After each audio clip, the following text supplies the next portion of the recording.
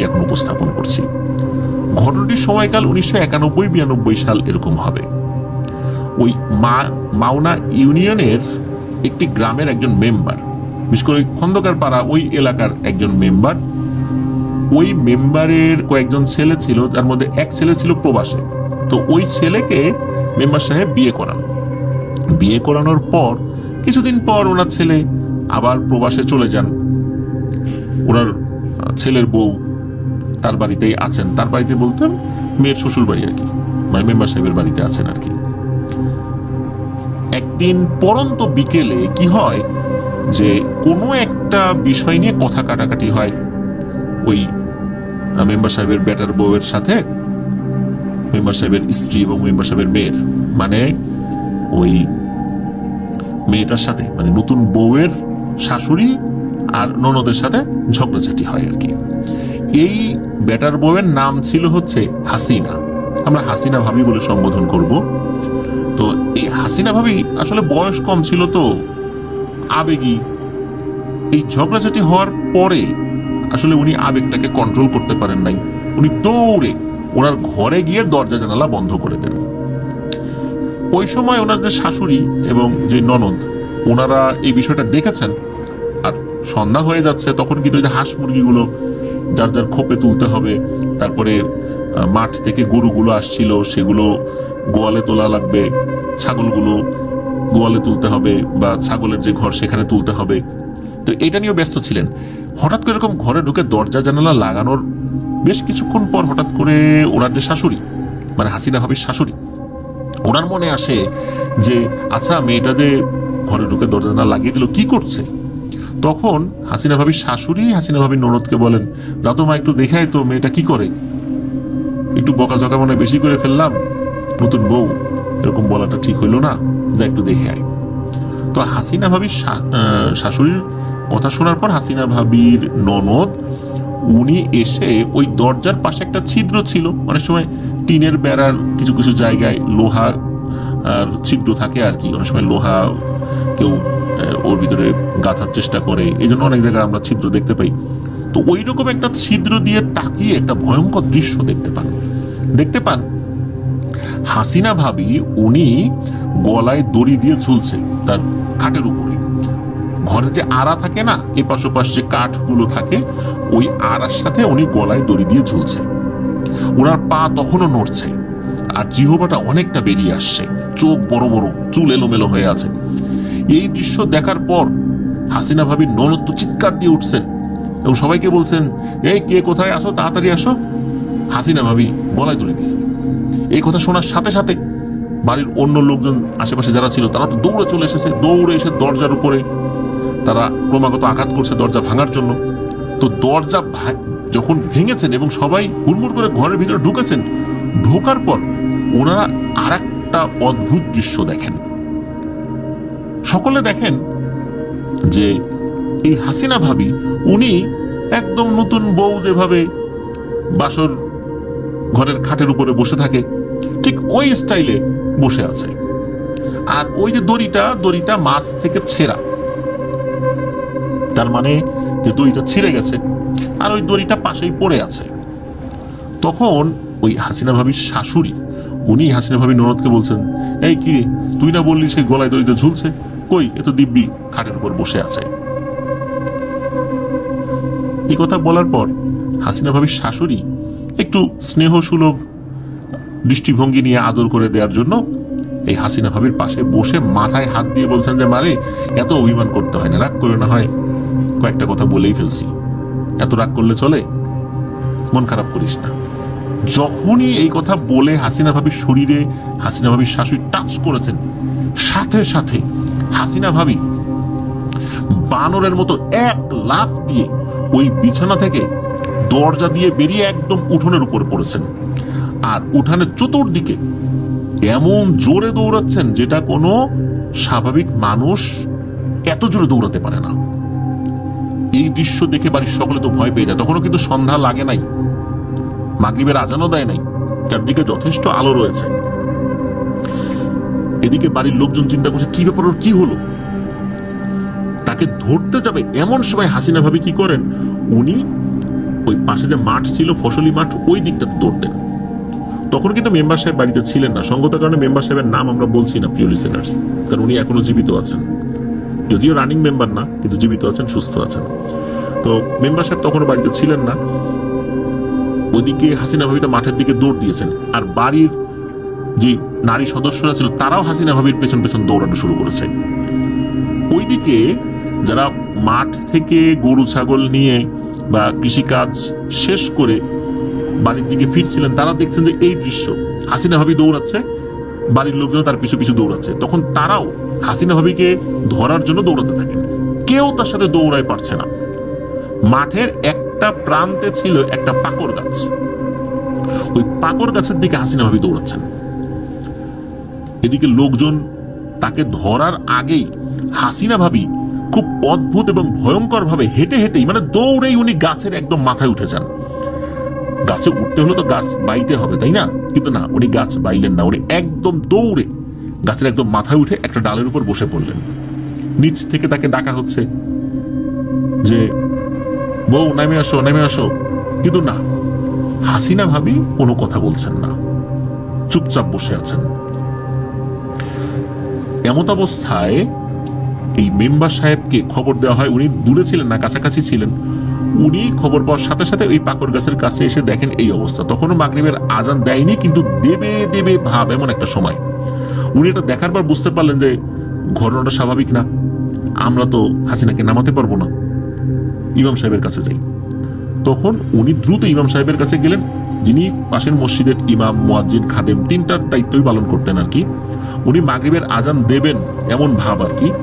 এমন অবস্থায় মেম্বার সাহেব গিয়ে বলেন যে ইমাম সাহেব দ্রুত আমার সাথে আসেন, খুব সমস্যা। ইমাম সাহেব কি করলেন, আর একজনকে আজান দেওয়ার দায়িত্ব দিয়ে উনি তাড়াতাড়ি মেম্বার সাহেবের সাথে ওই পাকড় গাছের ওখানে আসলেন। উনি আসার পর দেখেন আর একটা ভয়ঙ্কর দৃশ্য, যেই দৃশ্য কেউ দেখতে পারছিল না। উনি দেখতে পান যে এই হাসিনা ভাবি একটা ডালে বসে আছে, আর তার পাশে তারই মতো অবয়ব আর একটা বসে আছে। সেইটা খুব ভয়ঙ্কর দেখতে।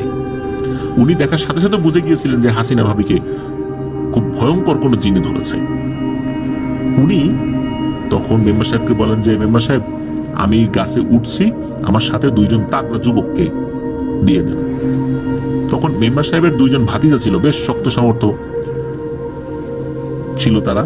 তো তারা এই ইমাম সাহেবের সাথে গাছে ওঠেন। ইমাম সাহেব ওই ডালে উঠে যখনই হাসিনা ভাবিকে টাচ করবেন, তার আগেই দেখেন ওই যে অবয়বটা, ওই অবয়বটা ইমাম সাহেবের দিকে ভয়ঙ্কর একটা দৃষ্টিতে তাকিয়ে ভ্যানিশ হয়ে গেল। আর ইমাম সাহেব যখনই হাসিনা ভাবি শরীরে টাচ করেছেন, সাথে সাথে হাসিনা ভাবি মনে হলো যে জ্ঞান হারালেন, পড়ে যেতে যাবেন, তখন ইমাম সাহেব ধরে ফেলেন।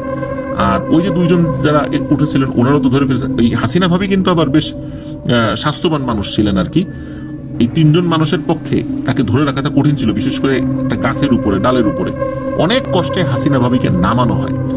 নামানোর পর দেখা গেল হাসিনা ভাবি আসলে জীবিত নেই। ইমাম সাহেব সকলকে বললেন যে হাসিনা তো জীবিত নাই, ও আসলে মারা গেছে। এখন কিভাবে মারা গেল, কি হলো, গলায় দড়ি দিয়েই মারা গিয়েছে নাকি জিন তাকে মেরে ফেলেছে, এখনই কিছু বোঝা যাবে না। তবে বিষয়টা স্বাভাবিক না, বিষয়টা খুবই জটিল। এই ধরনের কেস আমি আগে কখনো দেখি নাই, বিভিন্ন সময় শুনেছি। দ্রুত ওকে গোসল দিয়ে জানাজা পড়িয়ে দাফন করতে হবে। তখন কিন্তু মাগরিবের আজান হয়ে নামাজও হয়ে গেছে। এদিকে ইমাম সাহেব তখন তো নামাজ পড়েন নাই। উনি বললেন যে আমি দ্রুত মসজিদে গিয়ে নামাজ পড়ে আসছি, আপনারা আয়োজন করেন। বাড়ির মহিলারা হাসিনা ভাবিকে শেষ গোসল দেন, এদিকে দ্রুত কাফনের কাপড়ও গোছানো হয়ে যায়। হাসিনা ভাবিকে এশার নামাজের পরেই জানাজা দিয়ে বাড়ির কাছে একটা কবরস্থান রয়েছে, সেই কবরস্থানে দাফন করে দেওয়া হয়। তো ওই রাত্রে সবকিছু স্বাভাবিক ছিল, কোনো সমস্যা নাই। হাসিনা ভাবির যে বাড়ি, মানে ওনার যেই বাবার বাড়ি, এই বাবার বাড়ি আর শ্বশুর বাড়ি কিন্তু একদম কাছাকাছি ছিল, একই গ্রামে, 3-4 বাড়ি পরে আর কি। এই জন্য তার বাড়ির লোকজনও কিন্তু ওই যে যখন গাছে উনি উঠে গেছেন তখন কিন্তু তারা চলে এসেছিলেন হইচই শব্দ শুনে। এই জন্য যে দূর থেকে আত্মীয় স্বজন আসবেন, শেষ দেখা দেখবেন। আর ওনার হাজবেন্ড তখন প্রবাসে আছেন। আর ওই 91-92 সাল তো এইরকম মোবাইল ফোনে সরাসরি আসলে যোগাযোগ করা যেত না, তখন এই চিঠি লিখে জানাতে হতো আর কি। একটা সময় টেলিফোন থাকলেও ওই গ্রামের ওই প্রেক্ষাপটে তো আসলে ওই অবস্থাতে টেলিফোন করে জানানো পসিবল ছিল না। তো ওই রাত মোটামুটি স্বাভাবিকভাবেই কেটে যায়। পরদিন সকালবেলায় বিভিন্ন লোকজন এই মেম্বার সাহেবের বাড়িতে আসতে থাকেন, এসে ডাকাডাকি করতে যায়, মেম্বার সাহেব তাড়াতাড়ি বাইরে আসেন। তখন মেম্বার সাহেব বাইরে আসেন, বলে কি হয়েছে? বলে খুবই একটা ভয়ঙ্কর ঘটনা ঘটেছে, এই হাসিনা ভাবির কবরে তো লাশ নাই। এই কথা শোনার সাথে সাথে মেম্বার সাহেব আটকে ওঠেন, যে বলেন কি, লাশ নাই মানে? লাশ কে নিল? শিয়াল কুকুর নিয়েছে? তখন লোকজন বলে না, বিষয়টা আসলে অন্যরকম মনে হচ্ছে, আপনারা সবাই আসেন। তখন হাসিনা ভাবির পরিবারের অন্য সদস্যরা, বিশেষ করে শ্বশুর বাড়ির, তার নিজের বাড়িতেও তো খবর চলে গেছে, তখন সবাই কবরের কাছে এসে দেখেন যে কবরটা এমন ভাবে ফাঁকা করা হয়েছে, এইটা কোনো আসলে শেয়াল কুকুরের কাজ না। ভেতরে ডেড বডি নাই। ডেড বডি কোথায় গেল? এই তো শুরু হয়ে গেল ঝামেলা। সবাই চারদিকে খুঁজতে থাকলেন, কিন্তু না, কোথাও ডেড বডি পাওয়া যায় না। একদম পরন্ত বিকেলের দিকে একজন লোক দৌড়াতে দৌড়াতে মেম্বার সাহেবের বাড়িতে আসেন, এসে বলেন যে হাসিনা ভাবিকে পাওয়া গেছে। কোথায়? ওই পাকড় গাছের উপরে। সবাই তো দৌড়ে যান, গিয়ে দেখা যায় যে হাসিনা ভাবির শরীরে ওই যে কাফনের কাপড় ওরকমই আছে, সে একটি ডালে বসে আছে। ভয়ঙ্কর তার চোখ, জিহ্বাটা প্রায় 1 হাত বের করা। এই দৃশ্য দেখার সাথে সাথে লোকজন তো খুব ভয় পেয়েছে। আর ওই লোককে যখন বলা হলো তুমি কিভাবে বুঝলা প্রথমে, তখন ওই লোকটা বললেন যে উনি যেই খেতে কাজ করছিলেন, একদম সন্ধ্যার আগ দিয়ে সূর্য যখন হেলে পড়ে, তখন এই পাকড় গাছের ছায়া, পুরোপুরি না, একটা অংশ, ছায়ার একটা অংশ তার ক্ষেতের পাশে আসে। উনি হঠাৎ করে দেখেন যে যতটুকু ছায়া এসেছে, ওইখানে একটা মানুষের মতো অবয়ব ওনার কাছে মনে হয়েছে। যখন উনি ঘুরে তাকিয়েছেন তখন এই দৃশ্য দেখেন, আর তখনই মূলত দৌড়ে এসে খবর দিয়েছেন। তখন তো মাগরিবের আজান দেয় নাই, আবারও ইমাম সাহেবকে ডাকা হয়। ইমাম সাহেব এবারও এসে আর একটা ভয়ঙ্কর দৃশ্য দেখেন, যেটা অন্য কেউ দেখছিল না। উনি দেখতে পান যে হাসিনা ভাবির পাশে আর একটা অবয়ব, হাসিনা ভাবির মতোই দেখতে, সে বসে আছে।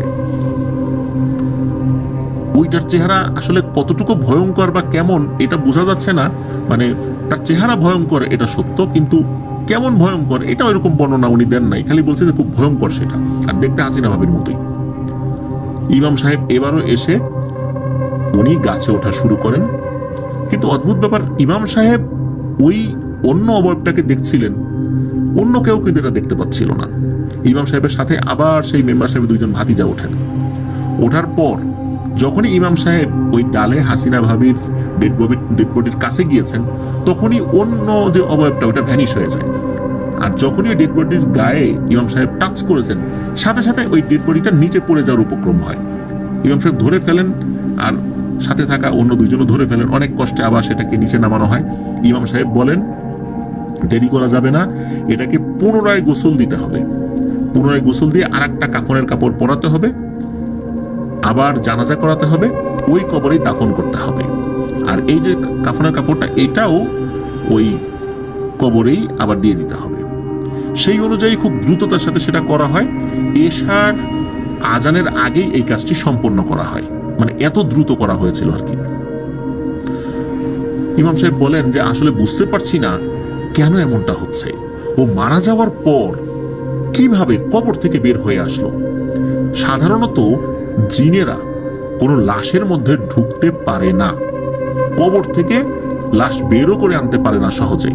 খুব শক্তিশালী জিন হলেও এটা যে পারবে এটাও বলা যায় না। নিশ্চয়ই এমন কোনো জটিল সমস্যা হয়েছে যেটা বুঝতে পারছি না, আসলে ব্যাপারটা কি। ইমাম সাহেব তো আসলে বুঝতে পারছিলেন না, উনি খুব চিন্তিত।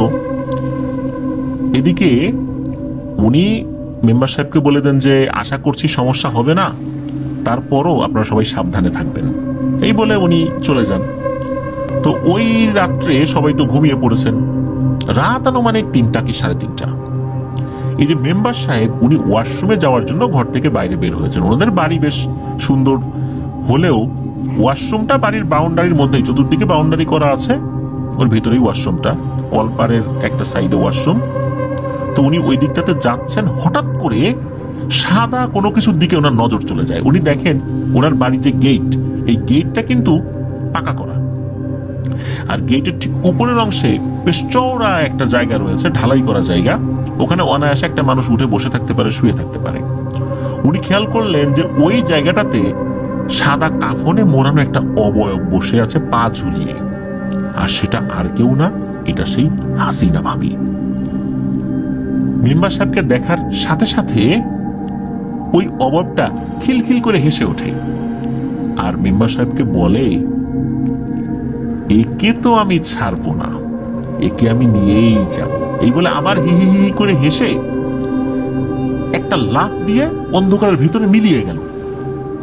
মেম্বার সাহেব তো এটা দেখে চিৎকার চেঁচামেচি শুরু করেন। তার চিৎকার চেঁচামেচিতে বাড়ির অন্য সদস্যদের ঘুম ভেঙে যায়, তারাও বাইরে বের হয়ে আসলে পারে। কি হয়েছে জিজ্ঞেস যখন করেছে, তখন মেম্বার সাহেব বলেন যে আমি এই জিনিস দেখেছি। তখন সবাই বলে যে আরে তুমি ভুল ভুল দেখেছো, আসলে এটা নিয়ে খুব টানা কয়েকদিন ঝামেলা যাচ্ছে, আসো শুয়ে পড়ো। তো উনি শুয়ে পড়েছেন। সকালবেলা বেশ কিছু লোকজন আবার চলে আসছে মেম্বার সাহেবের বাড়িতে, এসে ডাকাডাকি করছে। কি হয়েছে কি হয়েছে, তারা জানান যে এই হাসিনা ভাবির কবর খোঁড়া, ভিতরে ডেড বডি নাই। এই তো সবাই খুব চিন্তিত হয়ে পড়েন, আবার খোঁজাখুঁজি শুরু হয়ে যায়। কোথাও পাওয়া যায় না। সেই পাকড় গাছের কাছে যাওয়া হয়, পাওয়া যায় না। আশা করা হয়েছিল সন্ধ্যার দিকে পাওয়া যাবে, না সেটাও পাওয়া যায় না। এবার আর পাওয়াই যাচ্ছে না। ইমাম সাহেবকে আবারও খবর দেওয়া হয়। ইমাম সাহেব খুব চিন্তিত হয়ে পড়েন যে কি করা যায় কি করা যায়। ইমাম সাহেব এই মেম্বার সাহেবকে বলেন যে মেম্বার সাহেব, আমি আগামীকাল আমার ওস্তাদের কাছে যাব, তাকে নিয়ে আসবো। উনি এই বিষয়ে বিভিন্ন সময় কিছু কিছু সমাধান করেছিলেন এই ধরনের। ওনার ওস্তাদ আবার ময়মনসিংহের ফুলবাড়ি উপজেলার কোন একটা গ্রামে থাকেন আর কি। উনি বলেছেন যে ফজরের পরপরই চলে যাবেন, আর জোহরের আগেই তাকে নিয়ে চলে আসার চেষ্টা করবেন, এটা বলেছিলেন। উনি তো এটা বলেছেন, উনি এটা বলে চলে যান। ফজরের নামাজ পড়ে উনি যাবেন আর কি সেই ওস্তাদের কাছে। ওই রাত্রে ঘটে আরো একটি ঘটনা। ওই যে হাসিনা ভাবির যিনি ননদ, উনি আবার একটা রুমে আলাদা ঘুমাতেন, তখনও তার বিয়ে হয় নাই। গভীর রাত্রে হঠাৎ করে ওরে বাবারে মারে, আমারে মেরে ফেললো রে, গলা টিপে মেরে ফেললো রে, এইরকম করে চিৎকার চেঁচামেচি শুরু করে দিয়েছে। অন্য পাশের রুম থেকে লোকজন চলে আসছে, দরজা ধাক্কাধাক্কি শুরু করেছে। উনিও দ্রুত গিয়ে দরজা খুলে দিয়েছেন। কি হয়েছে কি হয়েছে, বলে যে হাসিনা ভাবি আসছিল, সাদা কাফনের কাপড় পরা, আমার গলা চিপে ধরেছে। এইটা শোনার সাথে সাথে পরিবারের সদস্যদের মুখ ফ্যাকাশে হয়ে যায় ভয়ে। আবার কি শুরু হয়ে গেল, আবার কি হলো, এই সমস্যার সমাধান করব কিভাবে? সারাটা রাত ওনারা কেউ ঘুমাতে পারেন নাই, আল্লাহ আল্লাহ করতে করতে জিকির করতে করতে পার করেছেন। সকাল হলে ওনারা কিছুটা ঘুমিয়েছেন। এদিকে সকাল হলে মানে ফজরের নামাজ পড়ার পর ইমাম সাহেব চলে গেছেন ময়মনসিংহের ফুলবাড়ি উপজেলার সেই গ্রামে। গিয়ে উনি জোহরের আগে ওনার ওস্তাদকে নিয়ে আসছেন। ওনার ওস্তাদের বেশ বয়স হয়ে গিয়েছিল। তো উনি আসার পর প্রথমে মেম্বার সাহেবের বাড়িতে আসেন, বাড়ির চতুর্দিকে কয়েকটা চক্কর দেন ওই ইমাম সাহেবের সাথেই। চক্কর দিয়ে মেম্বার সাহেব সহ অন্যান্য লোকদেরকে বলেন যে না, এই বাড়িতে তো কোনো সমস্যা দেখতে পাচ্ছি না এবং বুঝতেও পারছি না, আসলে ব্যাপারটা খুব জটিল, বিষয়টা আমাদের সবাইকে বেশ ভোগাবে বলে মনে হচ্ছে। আপনারা চিন্তা করেন না, সন্ধ্যার পর আমি এই বিষয়টা বোঝার চেষ্টা করব। সন্ধ্যার পর উনি একাই একটা রুমে বসেন এবং উনি বলে দেন যে আমি না ডাকা পর্যন্ত কেউ আমাকে ডাকাডাকি করবেন না, আমি আমার পরিচিত কিছু জিনদের কাছ থেকে এই বিষয়ে তথ্য সংগ্রহ করার চেষ্টা করব। উনি সন্ধ্যার পর একাকী কিছুটা সময় বসেন, মোটামুটি ঘন্টাখানেক বসেন। এরপর সবাইকে ডাকেন। মেম্বার সাহেব সহ আরো অনেকে আসেন, ওখানে ইমাম সাহেবও আসেন। তখন ওই ওস্তাদ যিনি, উনি বলেন যে বিষয়টা আসলেই খুব জটিল, এইটা এই মুহূর্তে বিস্তারিতভাবে বলতে পারবো না, তবে রুকিয়া শুরু করতে হবে। এশার নামাজের পর আমরা রুকিয়া শুরু করব, আর এই সময়ে আপনারা কেউ ঘর থেকে বাইরে বের হবেন না। ঘরের মধ্যে থেকে আপনারা আপনাদের মতো করে দোয়া দুরুদ যে যেটা জানেন সেটা পড়তে থাকবেন, কিন্তু ঘর থেকে বের হবেন না। আর যেই ঘরে রুকিয়া করা হবে সেই ঘরে ইমাম সাহেব, তারপর ওনার উস্তাদ, মেম্বার সাহেব এবং শক্ত সমর্থ 2-3 জন পুরুষ মানুষ। তখন এই 2-3 জন পুরুষ মানুষ কে আসবে? এই ইমাম সাহেব, এই যে মেম্বার সাহেবের 2 ভাতিজা, যারা ওই যে গাছে উঠেছিল 2বার, তারাই থাকবে বলে সিদ্ধান্ত গৃহীত হয়। এশার নামাজের পর হুজুর বসেন রুকিয়া করতে। হুজুর বেশ কিছুক্ষণ রুকিয়া সংক্রান্ত যে আমল এগুলো করছেন, কিন্তু না, কোনো কাজ হচ্ছে না। উনি আবারও চেষ্টা শুরু করতে থাকেন। এরপর হঠাৎ করে মনে হচ্ছে প্রচন্ড জোরে কেউ গোঙাতে গোঙাতে আসছে, এরকম শব্দ করতে করতে। আর ওই সময় মনে হচ্ছে বাড়ির আশেপাশে গাছ গাছালি যেগুলো আছে সব ভেঙে চুরে একাকার হয়ে যাচ্ছে। আর বাড়ির যে নারী সদস্যরা, ওনারা আসলে আমল করবেন কি, এই ধরনের শব্দ, এরকম গোঙানির আওয়াজ যখন শুনেছেন আর এই ধরনের গাছপালার শব্দ শুনেছেন, তখন তারা চিৎকার চেঁচামেচি শুরু করে দিয়েছেন। ইমাম সাহেব সহ, ওস্তাদ সহ আরো কয়েকজন তো অন্ধকার ঘরের মধ্যে বসে আছেন। সবাই তো খুব আতঙ্কিত, কিন্তু ওস্তাদ ছাড়া, কারণ উনি এই ধরনের বিভিন্ন কেস একটা সময় সলভ করেছিলেন, খুব বেশি না, কয়েকটা মাত্র। এজন্য উনি জানেন যে এটা কিভাবে করতে হবে। হঠাৎ করে ঘরের মধ্যে মনে হলো ধপাস করে একটা শব্দ হলো, আর গোঙানির আওয়াজ, হো হো করে এরকম গোঙানির আওয়াজ, আর ঘরটা মাংস পচা গন্ধে ভরে গেল। তখন বজ্র কণ্ঠে চিৎকার দিয়ে বলে উঠল, হে হুজুর, আমাকে ডাকছিস কেন? তখন হুজুর বলেন, তুই এই মেয়েটাকে কেন নিয়ে গেলি? এই মেয়েটাকে দিয়ে যা, আর এখান থেকে ভাগ। তোর বয়স কম, তোর কোনো ক্ষতি আপাতত আমি করতে চাচ্ছি না, কিন্তু এখন যদি কথা না শুনিস তাহলে কিন্তু তোর পরিণতি খারাপ। এই কথা শোনার পর কোনো রিপ্লাই আসে না, মানে কোনো উত্তর আসে না। তখন ওস্তাদজি বুঝতে পারলেন যে এই জিনিসটা এখান থেকে চলে গেছে। ওস্তাদজি চিন্তা করলেন যে এই জিনিসটা চলে গেল কোনো কথাবার্তা ছাড়াই। বিষয়টাতে উনি বেশ অবাকও হলেন, আতঙ্কিত হলেন, এই ভেবে যে এই জিনিসটা এভাবে চলে যাওয়ার কথা না। এরপর উনি এই যে যারা উপস্থিত ছিলেন সকলকে বললেন যে আপনারা ভরসা রাখুন আল্লাহর উপরে, ভয় পাবেন না, আমি আপনাদের কাছ থেকে আরেকটু সময় চেয়ে নিচ্ছি, আপনারা এখন রুম থেকে একটু বাইরে যান। সকলে মিলে রুমের বাইরে আসে। তখন হুজুর ওনার অনুগত জিনদের সাথে কিছু সলা পরামর্শ করেন, জিনেরা কিছু পরামর্শ দেয়। এরপর ওই ওস্তাদজি সবাইকে আবার ঘরের ভিতরে আসতে বলেন। সবাই আসার পর হুজুর আবার রুকিয়া শুরু করেন। মোটামুটি 15 থেকে 20 মিনিট ইনি আমল করেছেন। এর মধ্যে আবার সেই গোঙানির আওয়াজ, হু হু করে গোঙানির আওয়াজ শুরু হয়ে গিয়েছে। আবারও গাছপালা মনে হচ্ছে ভেঙে চলে যাচ্ছে। হঠাৎ করে আবার ধপাস করে শব্দ হলো ঘরের মধ্যে, আর মাংস পচা গন্ধে ঘরটা ভরে গেল। এবার হুজুর বলে উঠলেন যে তোকে আর সুযোগ দেয়া যাচ্ছে না রে, এই তোরা যারা আছিস আচ্ছা মতো পিটা এটাকে। এরপরে চাবুক দিয়ে পিটালে যেরকম সপাং সপাং আওয়াজ আসে, এইরকম সপাং সপাং আওয়াজ আসে শুরু হলো। আর প্রচন্ড জোরে চিৎকার, এমন জোরে চিৎকার, ওই চিৎকারে ওই যে মেম্বার সাহেবের 2 জন ভাতিজা ছিলেন, এর একজন চিৎকার দিয়ে সেন্সলেস হয়ে গেছেন। মনে হচ্ছে তাদের ঘর ধস্তা ধস্তি হচ্ছে, ঘরের মধ্যে দুমড়ে মুচড়ে যাচ্ছে সবকিছু, আর প্রচন্ড জোরে চিৎকার। মোটামুটি 10 মিনিট এইরকম মারপিট চলতে থাকে। একটা পর্যায়ে সব কিছু ঠান্ডা হয়ে যায়, একদম শুনশান নীরবতা। তখন ওস্তাদজি বলেন, এইবার আপনারা আলো জ্বালাতে পারেন। ঘরে যখন আলো জ্বালানো হয় সবাই একটা দৃশ্য দেখেন। ঘরের একটা কোণে হাসিনা ভাবির ডেড বডি কাফনে মোড়ানো অবস্থায় পড়ে রয়েছে, আর ওনার শরীরে কিছু কিছু জায়গায় রক্তের ছোপ ছোপ লেগে আছে। মানে হচ্ছে যেই জায়গাতে আঘাত করা হয়েছিল সেই জায়গাগুলো ওরকম হয়ে গেছে। ইমাম সাহেব বললেন যে ওস্তাদজি এখন কি করণীয়?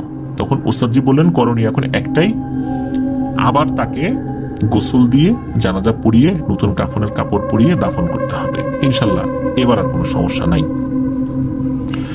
এরপর দ্রুততম সময়ের মধ্যে সেটাই করা হলো, হাসিনা ভাবিকে দাফন করা হলো। তারপর ওস্তাদজি বলেন আলহামদুলিল্লাহ, বিপদ কেটে গেছে। এইবার শোনেন যে এই ঘটনাটা কেন ঘটেছে। সবাই তো আসলে চিন্তিত ছিল, কেন এমনটা হলো, এটা তো জানতে সবাই খুব আগ্রহী। তখন হুজুর বললেন যে এই হাসিনা যখন রাগ করে গলায় দড়ি নেয়, যখন সে গলায় দড়ি নিয়ে ছটফট করছিল, ওই সময় সিলাত শ্রেণীর একটা জিন, যার বয়স কম কিন্তু তন্ত্রবিদ্যা সে শিখছিল, সে এই দিক দিয়ে যাচ্ছিল। সে যখনই দেখলো যে এই সময়, এই সন্ধ্যার আগ দিয়ে একটা মেয়ে গলায় ফাঁস নিয়েছে, তখনও জান বের হয় নাই, সে তখন কি করলো, সাথে সাথে হাসিনার শরীরের মধ্যে ঢুকে পড়ে। ঢুকে পড়ার সাথে সাথে ওই দড়িটা ছিঁড়ে পড়ে যায়। আর তখনই এই সিলাত জিনটাই হাসিনাকে মেরে ফেলে। হাসিনা মূলত ওই সময় মারা গিয়েছিল। এরপর এই দেহের উপর তার নিয়ন্ত্রণ সে প্রতিষ্ঠা করে। যতবারই তাকে কবর দেওয়া হয়েছে ততবারই এই সিলাত জিনটা তাকে বের করে নিয়ে আসছে, কারণ হচ্ছে সে ওই দেহের মধ্যেই ছিল। মৃত দেহের উপর নিয়ন্ত্রণ করতে পারে এই সিলাত শ্রেণীর জিন, কিন্তু সবাই না, মুষ্টিমেয় কিছু, তার মধ্যে এইটা একটা। এর বয়স কম, তারপরেও সে যথেষ্ট তন্ত্রবিদ্যায় শক্তিশালী হয়েছে। যখন আমার জিনেরা এই খবরগুলো দিল, তখন তাকে প্রথমে হাজির করলাম। ওই অবস্থাতেও সে হাসিনার শরীর নিয়ে হাজির হয়েছিল, কিন্তু সে আবার চলে যায়। এরপর আমার জিনেরা পরামর্শ দিল আবার রুকিয়া শুরু করেন। এইবার ও আসলে ওকে আর বের হতে দেয়া হবে না। মূলত ও একা আসে নাই, ওই সিলাত শ্রেণীর জিনদের বিশাল একটা বাহিনী নিয়ে এসে এসেছিল। কিন্তু এই আমার সাথে থাকা যে জিনেরা, এদের যে যোদ্ধা প্রকৃতির যে জিনেরা, এরা সুসজ্জিত হয়ে এসেছিল। আচমকা ওই সমস্ত জিনদের উপর তারা আক্রমণ করলে ওরা ওখান থেকে ভেগে যায়। ভেগে যাওয়ার পর ওকে চতুর্দিক থেকে আটকে ফেলা হয়, আর তারপর ওকে হাসিনার শরীর থেকে বের করে ফেলা হয়। এই বের করে ফেলার প্রক্রিয়াটাও কিন্তু বেশ কঠিন, কারণ হচ্ছে মৃতদেহের মধ্যে জিনেরা প্রবেশ করলে আটকে যেতে পারে, ভালো জিনেরা বিশেষ করে, এবং আটকে যায় আর বেরোতে পারে না। যার কারণে অন্য জিনদেরকে এখানে প্রবেশ করতে দেয়া যাচ্ছিল না, ওরা প্রবেশ করতে পারছিল না যতক্ষণ পর্যন্ত ওই সিলাত নিজে থেকে বের না হয়। তখন ওর উপর, বিশেষ করে হাসিনার মৃতদেহের উপরে প্রচন্ড আঘাত করা হয়, যার ফলশ্রুতিতে এই সিলাত জিনটি ওই দেহ ছেড়ে বের হতে বাধ্য হয়। যখনই সে বের হয়েছে, তখনই আমার জিনেরা ওকে পাকড়াও করে ফেলেছে। এখন ও পাকড়াও অবস্থাতে আছে। ওর সর্দারদের সাথে কথা বলে, ওর পরিবারের সাথে কথা বলে ওকে হস্তান্তর করা হবে। আর হাসিনার শরীরের উপরে আর কোনো সমস্যা হওয়ার সম্ভাবনা ইনশাল্লাহ নাই, এটা হুজুর বলেন। হুজুর এটাও বলে দেন যে এই ভর সন্ধ্যায় এই ধরনের কোনো আত্মহত্যার ঘটনা ঘটলে তখন এই সিলাত শ্রেণীর জিনেরা, তারা, বা শুধু সন্ধ্যায় না, বিভিন্ন সময়ে আত্মহত্যার ঘটনা ঘটলে এই শ্রেণীর জিনেরা ওই দেহের উপর নিয়ন্ত্রণ প্রতিষ্ঠার চেষ্টা করে। তারা মূলত এটা তন্ত্রবিদ্যার জন্য এই দেহগুলোর উপর নিয়ন্ত্রণ প্রতিষ্ঠা করে। হুজুর এই বিষয়গুলো জানান সবাইকে। সবাই আসলেই খুব অবাক হয়েছিলেন। এই দৃশ্য দেখার বহু লোক কিন্তু এখনো জীবিত আছেন ওই খন্দকারপাড়া এলাকায়। যাক, আল্লাহর রহমতে এই সমস্যার হয় নাই। হাসিনা ভাবির কবরটা এখনো ওরকমই আছে, এরপরে আর কোনো সমস্যা হয় নাই আলহামদুলিল্লাহ। তো ঘটনাটা আপাতত দৃষ্টিতে এখানেই সমাপ্তি, কিন্তু প্রিয় লিসেনার্স, এখানে কিছু বিষয়ের জট আমাদেরকে খুলতেই হবে। কারণ হলো, আমরা বিভিন্ন সময় বিভিন্ন ঘটনায় শুনেছি যে সুইসাইড করা যে লাশগুলো, এই লাশগুলো হঠাৎ করে গায়েব হয়ে যায়। কে নেয়? তারপর দেখা যাচ্ছে সুইসাইড করা বা কোনো অপমৃত্যু হওয়া ডেড বডি নিয়ে আসা হচ্ছে, হঠাৎ করে দেখা যাচ্ছে ওই ডেড বডির চেহারারই আর একটা অবয়ব পিছন থেকে দাঁড়িয়ে চিৎকার করে বলছে, আমারে নিয়ে যাস না, আমারে নিয়ে যাস না, আমাকে রেখে যা। তখন মানুষজন ভয়ে সেই ডেড বডি রেখে দৌড় দেয়, পরে এসে দেখা যায় সেই ডেড বডি নাই।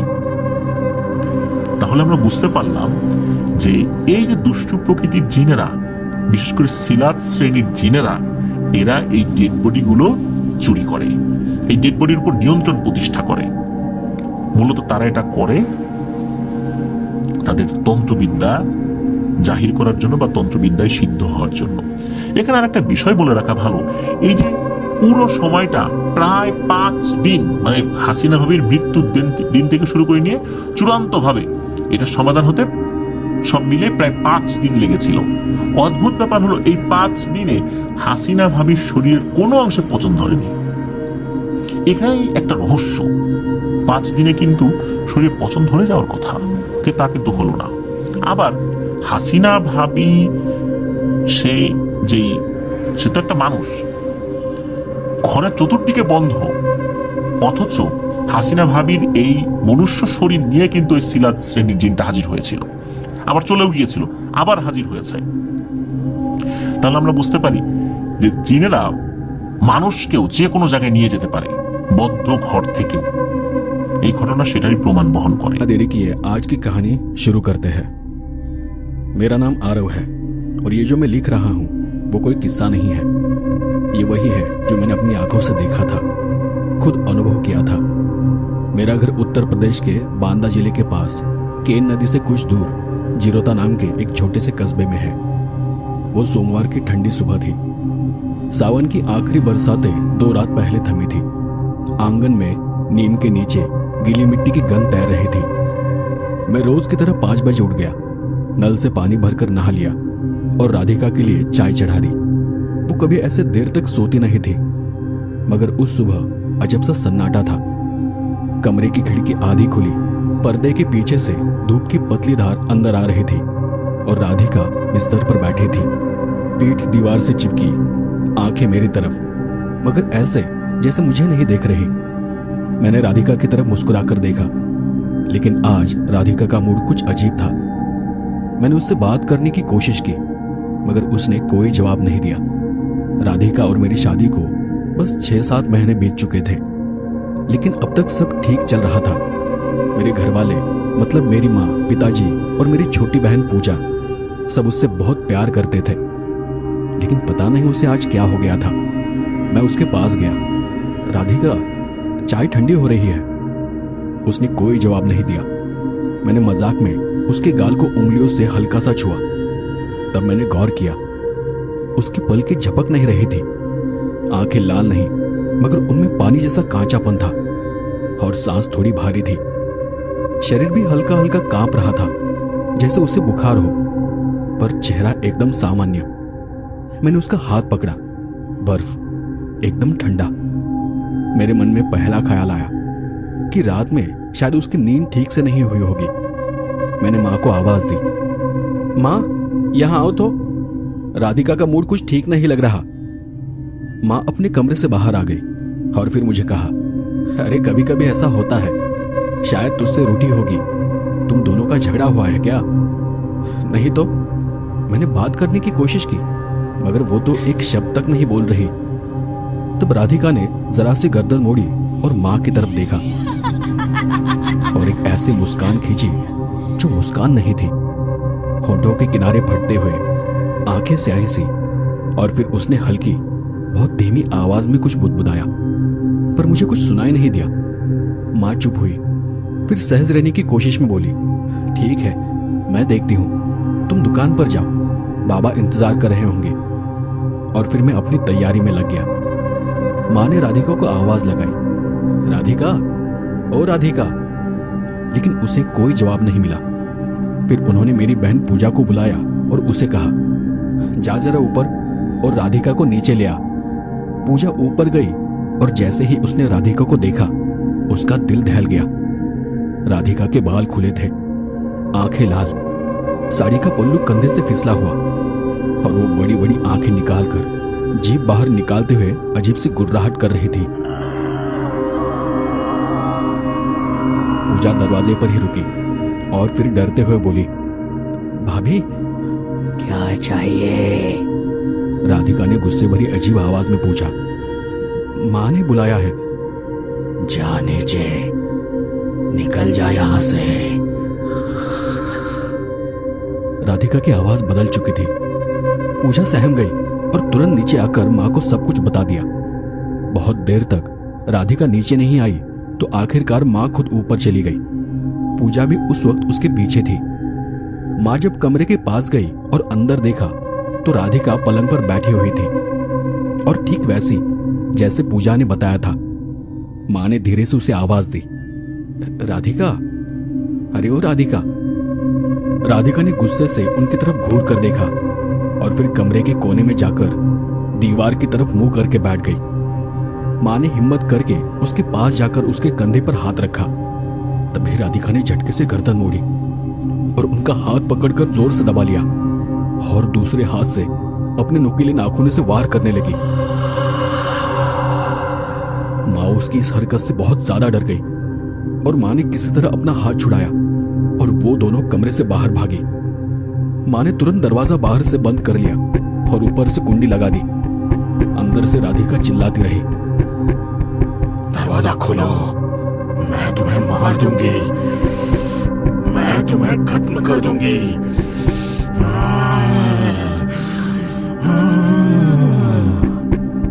और ऐसा कहते हुए वो दरवाजे को जोर जोर से पीटने लगी। मेरी माँ और मेरी बहन दोनों घबराकर नीचे आ गई। माँ, भाभी ऐसा क्यों कर रही है? क्या हुआ है उन्हें? पर माँ के पास पूजा के इस सवाल का कोई जवाब नहीं था। उस वक्त मैं अपनी दुकान पर पहुंचा ही था कि मुझे घर से बुलावा आ गया कि तुरंत घर चले आओ। मैं वहीं से वापस घर आ गया और माँ ने उनके साथ जो कुछ हादसा हुआ था वो मुझे बता दिया। माँ के हाथ पर चोटें थी, खरोंचे थी, पर मुझे समझ नहीं आ रहा था कि राधिका ऐसा क्यों कर रही थी। उसे अचानक ये क्या हो गया था। फिर हमने फैसला किया कि हमें डॉक्टर को बुलाना चाहिए। हमारे इलाके में एक नए डॉक्टर आए थे, डॉक्टर कुरैशी। उन्हें वहां आए हुए बस 2 महीने हुए थे। वो थोड़े सख्त थे पर समझदार आदमी थे। मैंने उन्हें फोन मिलाया और उधर से उनका एक रूखा जवाब आया, क्या हो रहा है? बुखार नहीं है, बीमार भी नहीं लग रही, लेकिन बहुत अजीब बर्ताव कर रही है। उसने अभी थोड़ी देर पहले मेरे घर वालों पर हमला किया है। पता नहीं वो ऐसा क्यों कर रही है। उस पर वो सिर्फ इतना बोले, ठीक है, मैं आता हूं। मैं बीच बीच में धीरे से दरवाजा खोलकर अंदर झांक रहा था और राधिका को देख रहा था। उसका बर्ताव सच में बहुत ही अजीब था। राधिका बीच बीच में कुछ ऐसे इशारे करती जैसे हवा में अदृश्य धागे छील रही हो।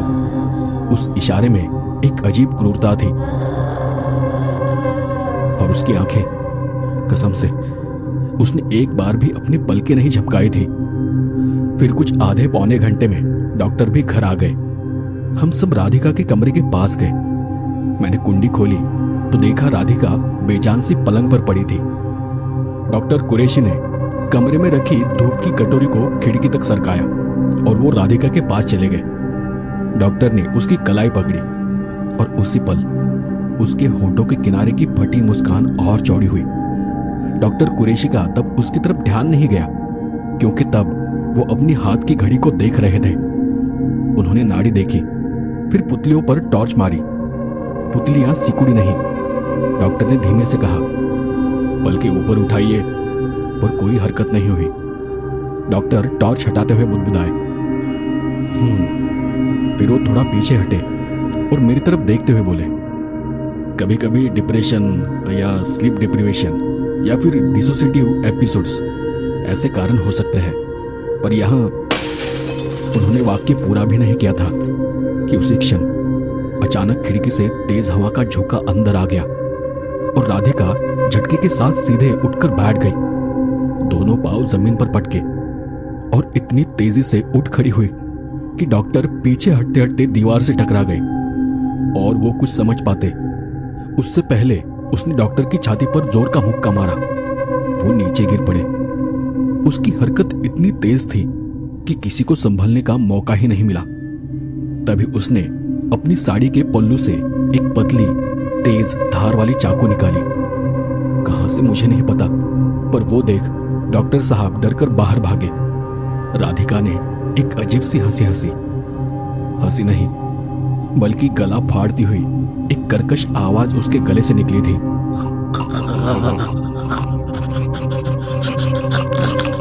उसने चाकू बाहर खींचा और आगे कदम बढ़ाया। मैं और पूजा एक साथ दरवाजे की तरफ भागे। माँ ने बाहर से दरवाजा खींचकर बंद कर लिया और कुंडी लगा दी। अंदर से राधिका ने दरवाजा जोर जोर से पीटना शुरू कर दिया। खोल खोल दरवाजा, खोल दरवाजा।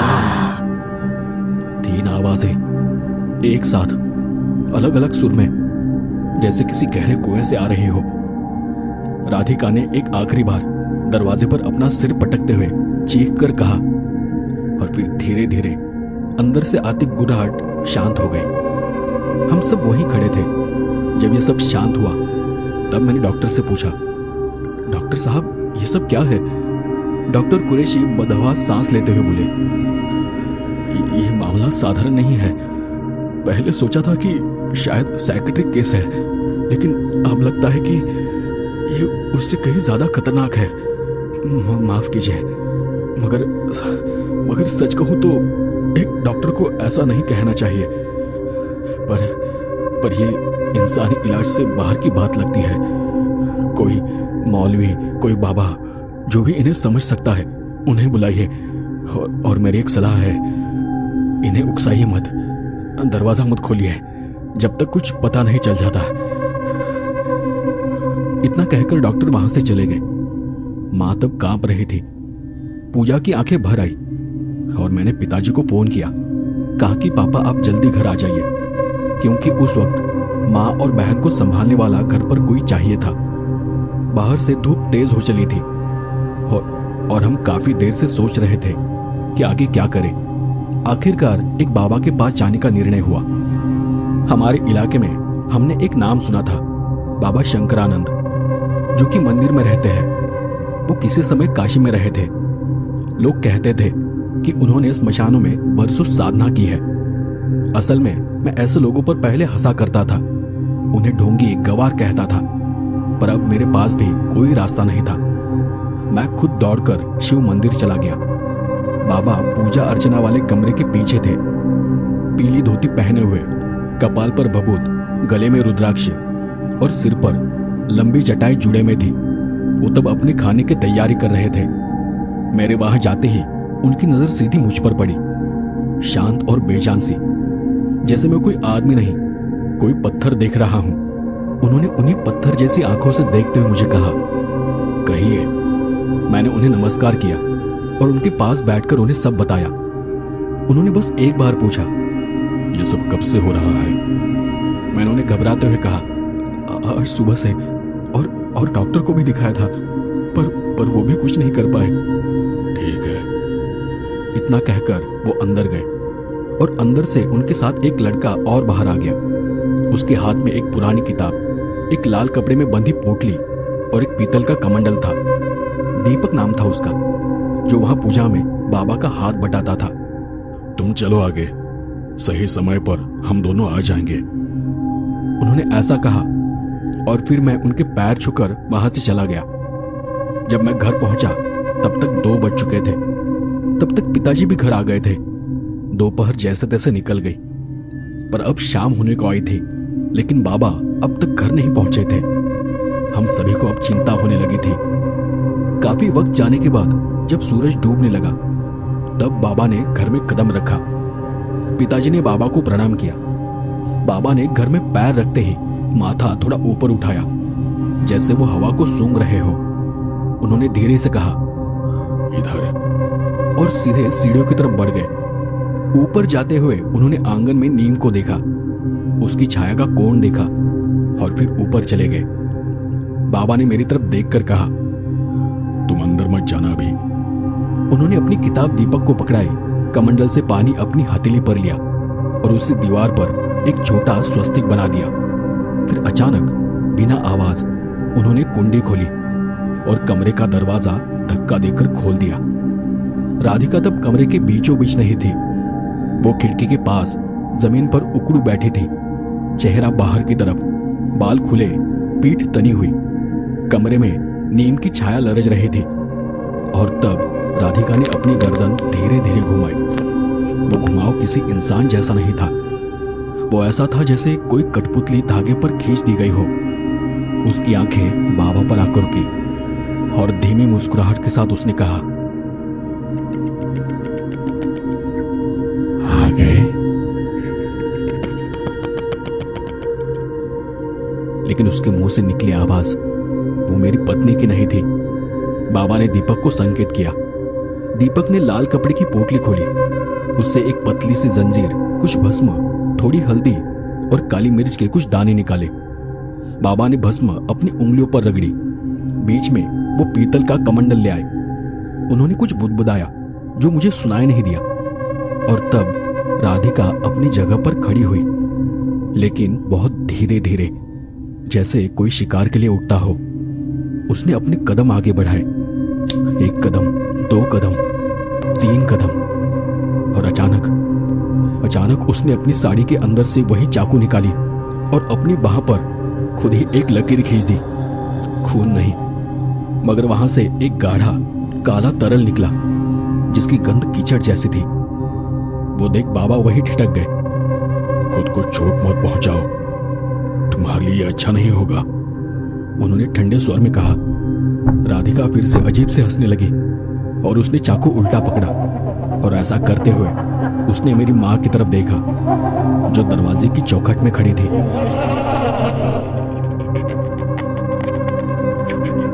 सरला, ए सरला,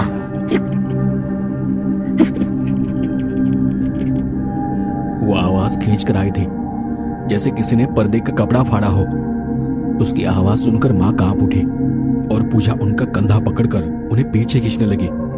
बाबा ने कमंडल को फर्श पर रखा और हम सबको नीचे हॉल में चलने को कहा। बाहर आते ही उन्होंने दरवाजा बंद कर लिया। नीचे पहुंचकर बाबा ने हमें कहा, यह बहुत कुछ अजीब सा है, मुझे समझ नहीं आ रहा कि ये कहां से आई है और क्या चाहती है। मुझे ये पता करना होगा। मुझे अपना आगे का काम करने के लिए कोई एक बंद कमरा चाहिए। और फिर मैं उन्हें एक दूसरे कमरे में ले गया। उन्होंने मेरे पास आते हुए कहा, अब मेरी बात ध्यान से सुनो। मैंने अपना सिर हाँ में हिलाया। कल से अमावस्या शुरू हो रही है। शायद तुम्हें पता होगा, अमावस्या को इन शक्तियों की ताकत कई गुना बढ़ जाती है, और ऐसी आत्माएं अपना मकसद अमावस्या पर ही पूरा करती है। तुम्हारे घर में जो बुरी शक्ति है वो भी कल का इंतजार करेगी, और इसलिए हमें आज ही इसका अंत करना होगा। तब मैंने घबराकर उन्हें कहा, बाबा, लेकिन उसने मां को मारने की बात क्यों कही? क्या इसका संबंध मां से है? हो सकता है, पर यही तो मुझे पता करना है। अभी 7 बज रहे हैं। तुम सब लोग जल्दी से खाना खा लो, उसके बाद मैं अपनी विधि शुरू करूंगा। तुम सब एक ही कमरे में रहना, और याद रखो, जब तक मैं तुम्हें ना बुलाऊं कोई बाहर मत आना। जब तक सब ठीक नहीं हो जाता कोई भी सोएगा नहीं। विधि पूरी होने पर मैं खुद तुम्हें बुलाऊंगा। बाबा की बात सुनकर मैं बाहर चला गया, और फिर जैसे बाबा ने कहा था हम सब ने बचा कुचा खाना खा लिया, और फिर हम पास के एक कमरे में जाकर बैठ गए। मेरे जाते ही बाबा ने दरवाजा बंद कर लिया था। उन्होंने अंदर धूप जलाया और मंत्रोच्चार शुरू किए। धुएं के बादल कमरे से बाहर आने लगे। उनका गूंजता हुआ स्वर पूरे घर में फैल रहा था। काफी देर तक इंतजार करने के बाद घर के सब लोग झपकियां ले रहे थे। किसी को वक्त का पता नहीं चला। रात के 10 बजे शंकरानंद जी के दरवाजे पर टकटक हुई। उस वक्त उनके मंत्र लगभग पूरे होने ही वाले थे। मंत्र खत्म होते ही शंकरानंद जी ने दरवाजा खोला। बाहर दीपक खड़ा था। दीपक को देखकर शंकरानंद जी कुछ पल के लिए सन्न रह गए। बाबा कुछ पूछ पाते उससे पहले ही दीपक ने अपने पास रखा एक छुरा निकालकर उन पर वार करना चाहा, पर तभी बाबा झट से पीछे हटे। उन्होंने जल्दी से रुद्राक्षी की माला उठाई।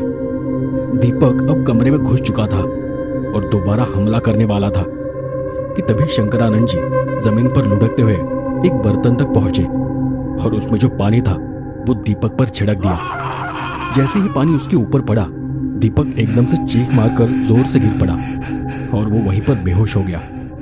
उसकी चीख से सारे घर वाले जाग गए। सब लोग कमरे में दौड़ आए और दीपक को बेहोश देखकर हक्का बक्का रह गए।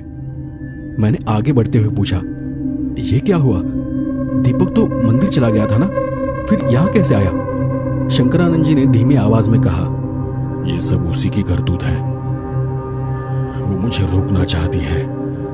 ऐसा कहते हुए फिर उन्होंने पानी की कुछ छींटें दीपक के मुंह पर मारी और कुछ ही देर में वो होश में आ गया। दीपक हैरान होकर हम सबको देख रहा था। क्या हुआ? आप सब यहाँ क्यों खड़े हैं? और मैं यहाँ कैसे आ गया? तब शंकरानंद जी ने उसे गंभीर आवाज में कहा, दीपक, इस बारे में हम बाद में बात करेंगे। अभी वक्त बहुत कम है। आधी रात से पहले हमें ये काम पूरा करना होगा। और तभी मेरी नजर उस बर्तन पर पड़ी जिसमें पानी और रुद्राक्ष की माला रखी थी। तब मैंने देखा कि मेरे हाथ का सोने का कड़ा उसी बर्तन में पड़ा है। बाबा, ये मेरा कड़ा इस बर्तन में कैसे आया? मैं उंगलियां बढ़ाकर कड़ा निकालने ही वाला था कि शंकरानंद जी ने मेरी कलाई हवा में पकड़ ली। रुको, यही तो मुझे चाहिए था। इसकी अब भी मुझे जरूरत है। तुम चलो, सब लोग हॉल में चलते हैं। अब हमें आखिरी विधि करनी है। जैसा उन्होंने कहा, हम फिर से नीचे हॉल में आ गए। फिर उन्होंने आदेश दिया कि घर की सारी खिड़कियां और दरवाजे बंद कर दो।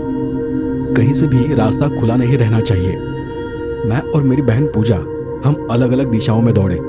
कुंडियां खटाक खटाक लगती गई। कुछ पल्लों के पीछे से जैसे कोई नाखून से कुरेद रहा हो, ऐसी खर खर की आवाज उठ रही थी। पर फिर भी मैं नहीं रुका, बस खिड़कियां बंद करता गया। एक एक कर उन्हें धक्का देकर परखा और फिर हॉल की ओर भागा। बाबा ने हम सबको हॉल के बीचों बीच इकट्ठा होने को कहा। फिर उन्होंने मुझे राधिका के कमरे की कुंडी खोलकर वापस उस घेरे में बैठने के लिए आदेश दिया।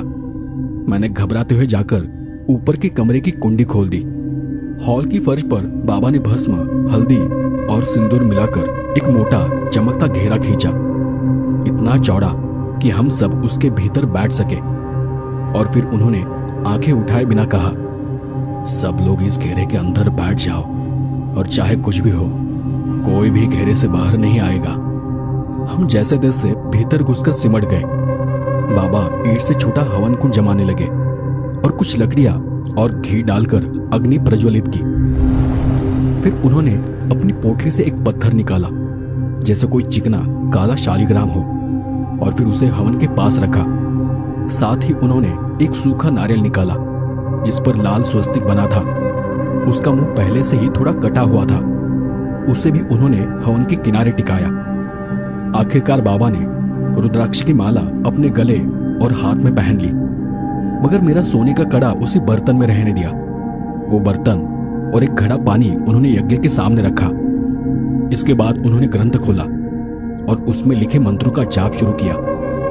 घंटे भर तक लगातार मंत्रोच्चार चलता रहा और हम सब बस किसी पुतले की तरह वो सब कुछ देख रहे थे। आग की रोशनी परछाइयों की तरह दीवारों पर नाच रही थी। धुएं की एक पतली लकीर ऊपर छत के कील कांटों को छूकर वापस नीचे उतर रही थी। धीरे धीरे माहौल बदल रहा था। उसी वक्त ऊपर सीढ़ियों से एक गुर्राहट उतरी, घुटनों से रेंगती, गले के भीतर से, जैसे किसी ने गले में रेत भर दी हो। कदमों की जगह खरोचों की खटखट।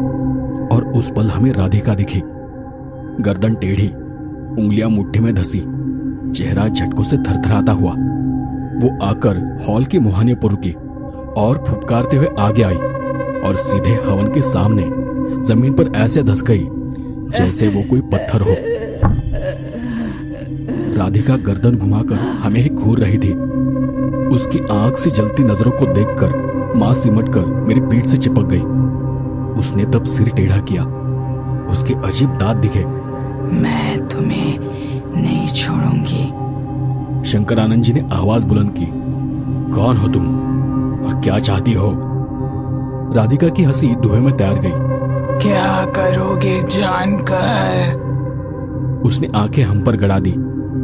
बाबा ने बबूत उठाई, पहले अपने माथे पर, फिर मां के और फिर मेरी कांपती भौं के बीच लगा दी और सबसे आखिर में राधिका के फड़फड़ाते ललाट पर रगड़ी। वो जोर जोर से गुर्राने लगी। मंत्र चलते रहे। बाबा ने घड़ी का पानी एक और बर्तन में उड़ेला और एक नजर राधिका पर टिकाई। P low. उसने सिर झटका। गर्दन की चोट खटखटाकर घूमे। रीढ़ की हड्डियां जैसे टूट रही थी। उसकी उंगलियां हवा चीर रही थी। मगर तभी वो बर्तन उसकी ओर खुद सरक गया। वो पहले पीछे को घिसटी, फिर लगा जैसे अदृश्य हाथों ने उसकी कलाई पकड़कर उसे खींचा हो। उसने वो बर्तन उठाया, नाक फड़फड़ाई और एक झटके में वो पानी पी गई। अगली ही सांस में उसके चेहरे पर घृणा उभरी। उसने वो बर्तन फर्श पर दे मारा और एक जोर की आवाज हुई। उसी पल एक तेज चीख उठी, इतनी तेज कि दीवार तक कांप गई। राधिका जोर से चीख मारती हुई झटपटाने लगी। मैं वो सब सुन रहा था। मंत्र के शब्द सीधी दीवारों से टकराकर लौट रहे थे, घर में गूंज रहे थे। और फिर वही हुआ जिसकी मुझे उम्मीद थी।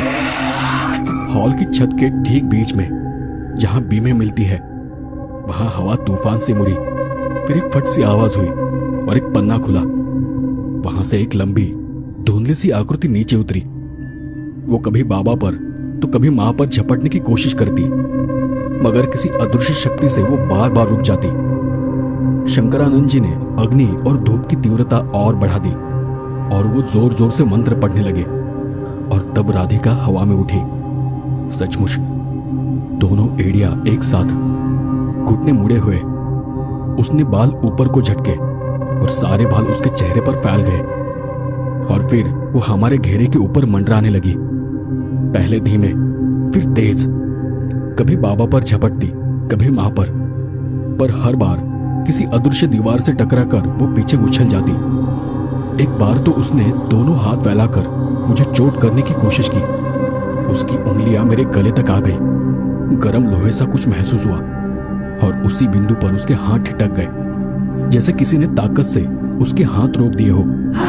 वो पुकारती हुई पीछे हट गई। मैं तुम्हें छोड़ूंगी नहीं। बाबा ने हवन के पास रखे नारियल को उठाया, उस पर भस्म लगाया, मंत्रित पानी छिड़का और हवन की आग के ऊपर पकड़ा। मंत्रों की रफ्तार और तेज हो गई। घी की आहुतियां फुफकारों में बदल गई। धूप के कण हवा में बर्फ जैसे चुभने लगे। एक आकृति, एक परछाई दरवाजे की ओर झपटी। कुंडी थरथराई, लकड़ी कराई। उसने खिड़की के पल्लों पर चोट की। ठक ठक की आवाज हुई। उंगलियों के सिरों से बहती काली परछाई जैसा कुछ था, पर वो बाहर नहीं जा पा रही थी। आखिरकार वो पलटी, हमारी ओर देखकर दांत किटकिटाए और उसी पल राधिका के मुंह से एक साथ दो आवाजें निकली। तुम सब मरोगे। नारियल थरथराया, उसके रेशे खड़े हो गए। हॉल में गर्मी एकदम से बढ़ गई। वो परछाई वहीं अटक गई, जैसे किसी ने उसके पैरों को दलदल में गाड़ दिया हो। और फिर देखते ही देखते वो साया उसी नारियल में कैद हो गया। फिर बाबा ने उस नारियल पर धागा बांधा, कुमकुम और भस्म लगाया, मंत्र पढ़े और आखिर में वो नारियल यज्ञ की आग में विसर्जित कर उस पर पैर रख दिया। उनकी पैर की शक्ति से वो नारियल फूट गया। नारियल देर तक जलता रहा और जैसे ही वो पूरी तरह राख हुआ, वो अग्नि अपने आप बुझ गई। सब कुछ एकदम से शांत हो गया। और तब कहीं शंकरानंद बाबा बोले, अब तुम लोग सुरक्षित हो, बाहर आ सकते हो। हमने घेरा पार किया। सब लोग घेरे से बाहर निकले। राधिका फर्श पर औंधी पड़ी थी। शंकरानंद जी ने बेहोश पड़ी राधिका पर मंत्रित पानी छिड़का। उसकी पलकों ने पहली बार झपकी ली। वो हांफी, उठकर बैठना चाहा, फिर खुद ब खुद सिमट गई। आंखें खुली तो उनमें कोई पहचान थी, पर शब्द नहीं। होंठ खुलते, कांपते और फिर बंद हो जाते। वो कुछ बोल नहीं पा रही थी। मैं उसके पास जाकर घुटनों के बल बैठा, उसे कसकर थाम लिया। उसका शरीर पसीने से भीगा हुआ था, जैसे उसे किसी कुएं से निकाला हो। राधिका बस हैरान नजरों से चारों ओर देख रही थी। पिताजी की घबराई हुई आवाज टूटी, शंकरानंद जी, ये सब क्या था? शंकरानंद जी ने गहरी सांस लेकर कहा, ये सब यामिनी ने किया है। यामिनी? कौन यामिनी? मां ने कांपती आवाज में पूछा। वही यामिनी जिसका रिश्ता कुछ महीने पहले आपके बेटे से तय हुआ था। सबको रिश्ता मंजूर था, बस आपने इनकार कर दिया क्योंकि वो गरीब थी। और फिर उनकी शादी टूट गई। उसी के बाद से उसने ये सब खेल रचाया था। बाबा की बात सुनकर माँ सिहर उठी। नहीं शंकरानंद जी, यहाँ कुछ गड़बड़ है। यामिनी तो कुछ महीने पहले ही गांव छोड़कर चली गई थी।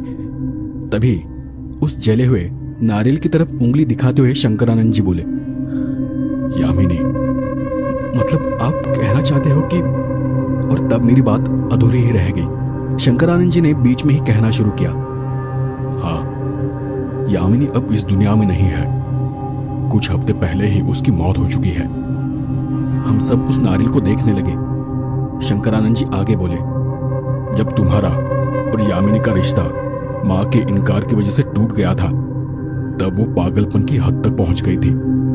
उसने ठान लिया था कि इस सब का बदला लेगी। और उसी दौरान उसकी मुलाकात किसी तांत्रिक से हुई। असल में वो गांव से दूर किसी सुनसान जगह पर पहाड़ में एक मांत्रिक के पास चली गई थी और वहां पर वो काली ताकत हासिल करने की तालीम ले रही थी। और उन्हीं ताकतों के दम पर वो तुम्हारी माँ से और राधिका से बदला लेना चाहती थी। लेकिन किस्मत ने उसका साथ नहीं दिया। तालीम करते वक्त ही उसकी मौत हो गई। मंजिल के इतने करीब पहुंचकर भी उसके हाथ कुछ ना आया। और फिर साफ था, उसकी इच्छा अधूरी रह गई और उसी अधूरी तड़प ने उसकी आत्मा को अतृप्त आत्मा में बदल दिया। कुछ दिन पहले ही वो इस घर में दाखिल हो चुकी थी, लेकिन आज ठीक अमावस्या के एक दिन पहले उसने अपना रंग दिखाना शुरू कर दिया था। कल अमावस्या की रात थी और उसी रात वो अपना काम पूरा करने वाली थी। और तब मैंने शंकरानंद जी महाराज से उस कड़े के बारे में पूछा। उन्होंने नाम में सिर हिलाते हुए आगे की बात कही। जब तुमने मंदिर में मेरे पैर छुए थे, तभी मुझे एहसास हुआ था कि तुम्हारे हाथ में जो कड़ा था उसका इस सब से कुछ ताल्लुक है। और ये कड़ा शायद तुम्हें यामिनी ने दिया था। वो जब ये साधना कर रही थी, तब वो अच्छे से जानती थी कि वो सीधे इस घर में घुस नहीं सकती, और इसीलिए उसने तुम्हें यह मंत्र से भरा कड़ा दे दिया था। पहले तुम्हारी माँ और फिर राधिका दोनों उसकी शिकार थी। और उसी कड़े की वजह से मुझे यामिनी के अतीत में झांकने का मौका मिला। उसका मकसद समझ आ गया और इसलिए मैंने घर में आते ही तुम्हारे हाथ से ये कड़ा निकाल लिया था। खैर, अब सब ठीक हो चुका है। उसे मुक्ति भी मिल जाएगी और उसकी योजना मैं खुद कर दूंगा। और इतना कहकर शंकरानंद जी ने घर में आरती करवाई और फिर जय महाकाल कहते हुए वो घर से बाहर चले गए। বান্ধবীর কাছ থেকে বান্ধবীর নানার সাথে ঘটনাটি ঘটেছিল।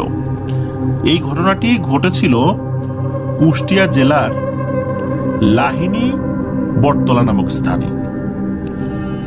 ঘটনাটির সময়কাল 1965 থেকে 70 সালের মধ্যবর্তী কোন একটি সময়ে হবে। এই অর্পিতাপুর বান্ধবীর যিনি নানা, উনি পেশায় একজন বোটম্যান মানে মাঝি ছিলেন। ওই সময়ে কুষ্টিয়ার এই জগতী যে স্টেশন, ওই স্টেশনটা দিন রাত সবসময় বেশ জমজমাট থাকতো। কারণ ওখানে যে ট্রেনগুলো আসতো সেখান থেকে অনেক ইন্ডিয়ান প্রোডাক্টগুলো নিয়ে মানুষ ব্যবসার জন্য বিভিন্ন জায়গায় চলে যেতেন। ওখানে যে গড়াই নদীটা রয়েছে, এই গড়াই নদীর ওখানে এই অর্পিতাপুর বান্ধবীর নানা, উনি মূলত নৌকা চালাতেন আর ওনার নাম ছিল রমিজ। তবে স্থানীয়ভাবে লোকজন তাকে খোড়া রমিজ বা রমিজ খোড়া নামে চিনতেন। কিন্তু কেন তার এই নামটি হলো, চলুন সেই রহস্যে চলে যাই। ওই সময় ওনার বয়স ছিল 18 থেকে 20-এর মধ্যে। তখন উনি বিয়ে শাদী করেন নাই। সুঠাম দেহি একজন কিশোর ছিলেন উনি। উনি কিন্তু নৌকা মূলত রাতের বেলাতেই চালাতেন। কারণ হচ্ছে রাতের বেলা যে ট্রেনগুলো আসতো, শুধু যে এই জগতী পর্যন্ত আসতো বিষয়টা এরকম না, পোড়াদহ স্টেশনেও কিন্তু যেই ট্রেনগুলো আসতো সেখানে অনেক মালামাল নামতো। সেখান থেকে বিভিন্ন মাধ্যম দিয়ে ওই গড়াই নদীর কাছে চলে আসতো। তখন তো গড়াই নদীর উপরে এরকম ব্রিজ ছিল না। বিশেষ করে যেই লোহার ব্রিজটা আমরা দেখি, রেলওয়ে ব্রিজ, এটা তো ছিল, কিন্তু পাশে যে আর একটা সেতু রয়েছে এটা তো বেশি দিন হয়নি হয়েছে। তো ওই সময় কিন্তু নৌকাই ছিল এটা পার হওয়ার অন্যতম মাধ্যম।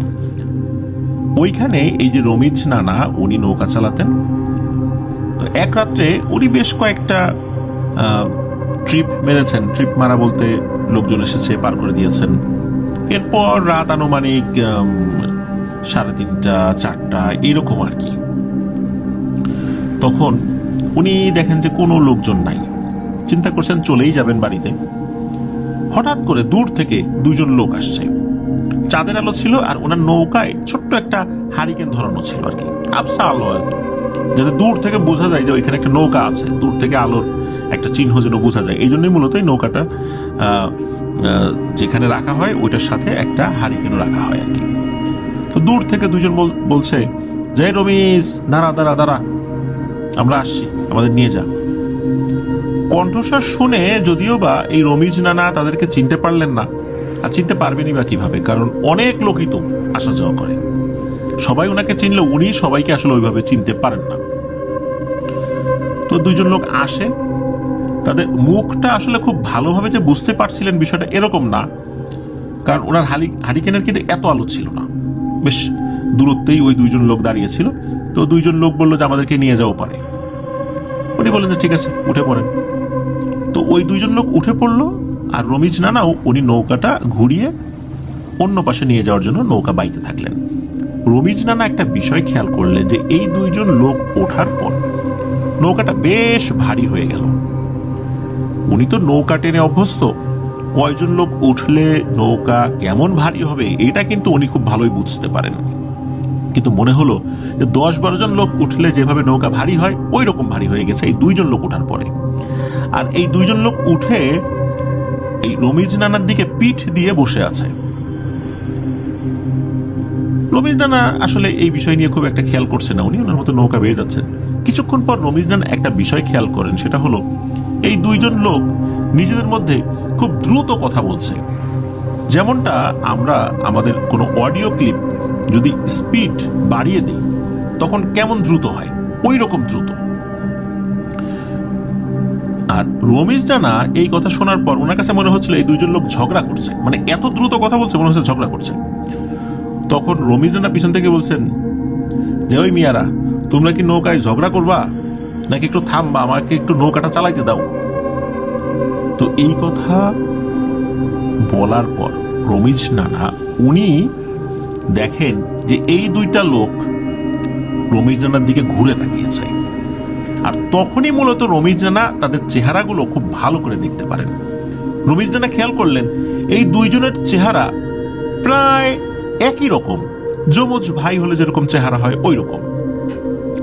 আর এদের মুখমণ্ডল, বিশেষ করে চোয়ালটা বেশ চ্যাপ্টা। এইটা দেখে রমিজ নানা ভয় পান। এছাড়া তাদের দৈহিক গড়ন বা অন্যান্য বিষয়গুলো স্বাভাবিক মানুষের মতোই ছিল, তাদের খুব লম্বা বিষয়টা এরকম না, আবার খাটো বিষয়টা এরকমও না। এইটা যখন উনি দেখেছেন বেশ ভয় পেয়েছেন যে এইরকম চেহারার তো মানুষ হয় না। আর ঠিক তখনই ওই দুইজনের মধ্যে থেকে একজন বলে উঠেছে, রমিজ, তোর নৌকায় যেটা আছে এটা আমাদের দিয়ে দে। রমিজ নানা বলতেছেন যে আমার নৌকায় কি আছে? তোমরা কে হে বাবু? আমার নৌকায় কি আছে এটা আমি তোমাদেরকে কেন দিব? তখন ওই দুইজন বলতেছে যে যদি দিয়ে দিস তোর ভালো হবে, আর যদি না দিস তাহলে কিন্তু তোর অনেক ক্ষতি হবে। এইবার রমিজ নানা যান রেগে। চেহারা দেখে কিছুটা ভয় পেয়েছিলেন এটা সত্য, কিন্তু ওনার রাগ হয়ে যায় এই কারণে যে দুইজন এসে তাকে হুমকি দিচ্ছে, আবার বলছে যে নৌকায় যা এই একটা জিনিস এসে দিয়ে দে।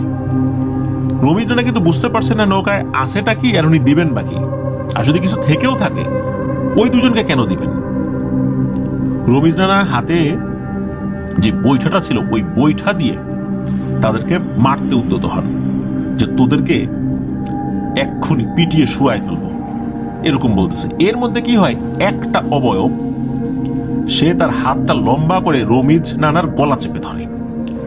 আর ওই সময়ে ওই নৌকাটাও তীরে এসে ভেড়ে, মানে অন্য পাশের যে তীর ওই পাশে এসে ভেড়ে। এরপর রমিজ নানার গলা ধরে টানতে টানতে ওই অবয়ব দুটি পার্শ্ববর্তী একটা মাদার গাছ, আপনারা জানেন মাদার গাছ এটায় কিন্তু তুলা হয়। আর মাদার গাছের যেই বাইরের গঠন, এগুলো কিন্তু খুব কাঁটাযুক্ত হয়।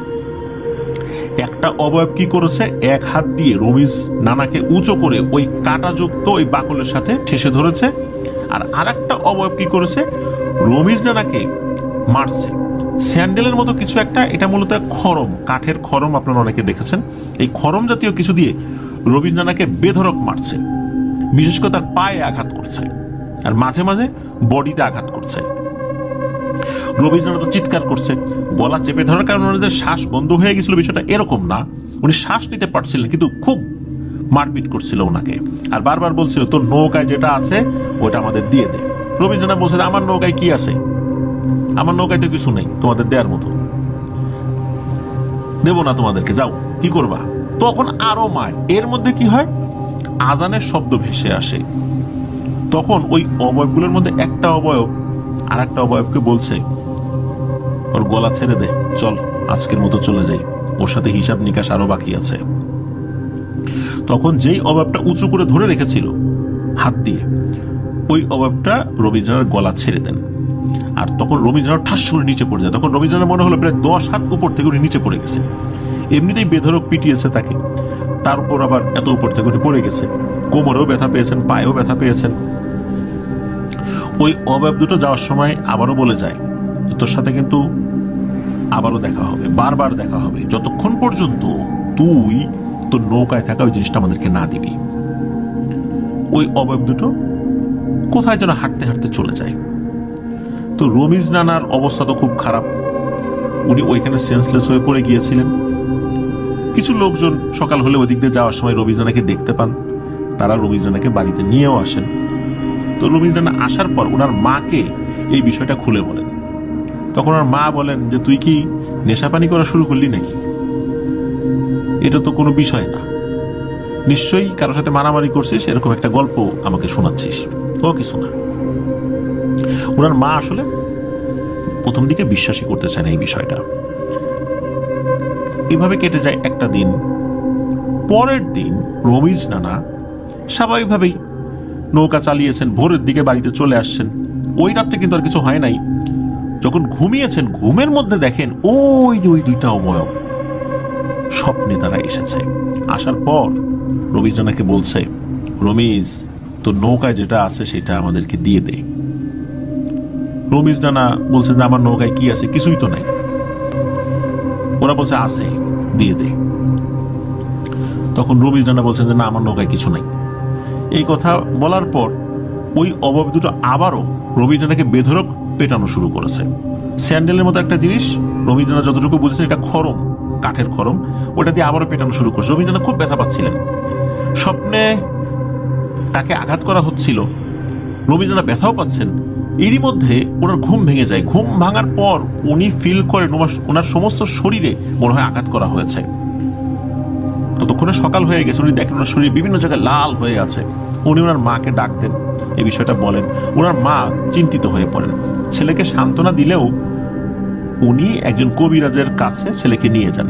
তো কবিরাজ সবকিছু শোনার পর উনি আসলে ধরতেই পারেন নাই আসলে সমস্যাটা কি। ওনার মতো করে ঝাড়ফুঁক করে দেন, কিন্তু আসলে কোনো সমস্যাই ধরতে পারেন নাই কবিরাজ। উনি বলছেন না, কোনো জিনের সমস্যা না, হয়তো বা দুঃস্বপ্ন দেখছে, এটা সেটা বিভিন্ন বিষয় বলে এড়িয়ে গেছেন, বা উনি বুঝতে পারেনই নাই একদমই। উনি ওনার মতো করে হয়তোবা চেষ্টা করেছিলেন, কিন্তু বুঝতে পারেননি। রমিজ নানা বাড়িতে ফেরত আসেন, সমস্ত শরীরে ব্যথা। ওই রাত্রে উনি আর যেতে পারেন নাই নৌকা বাইতে গড়াই নদীতে।